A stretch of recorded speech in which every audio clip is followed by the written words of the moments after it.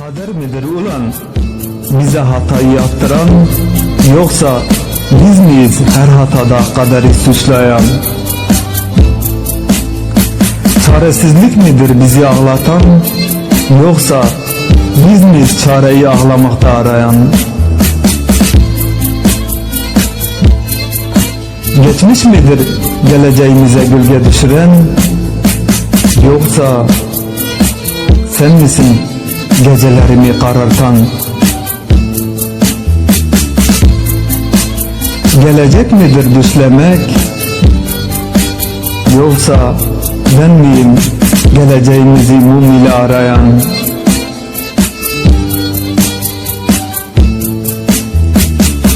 Aşk mıdır acaba efsane olan, yoksa sen misin beni bu hallere sokan? Hasret midir aşkı dilden dile dolaştıran, yoksa ben miyim aşkını memuzin gibi dilden dile dolaştıran?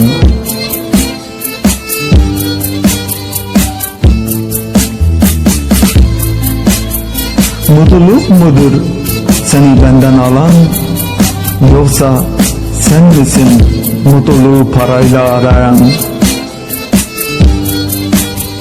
Ben miyim seni böyle yücelten, yoksa sen misin harbiden beni ayakta durduran? Cesaret midir aşkı yaşatan, yoksa korkmak mıdır senin gibi hep kaçan? Allah'a veba mıdır beni bu hallere koyman? Unutma ki herkes yaşattığını bir gün yaşayacak, bir gün yaşayacak kardeşim.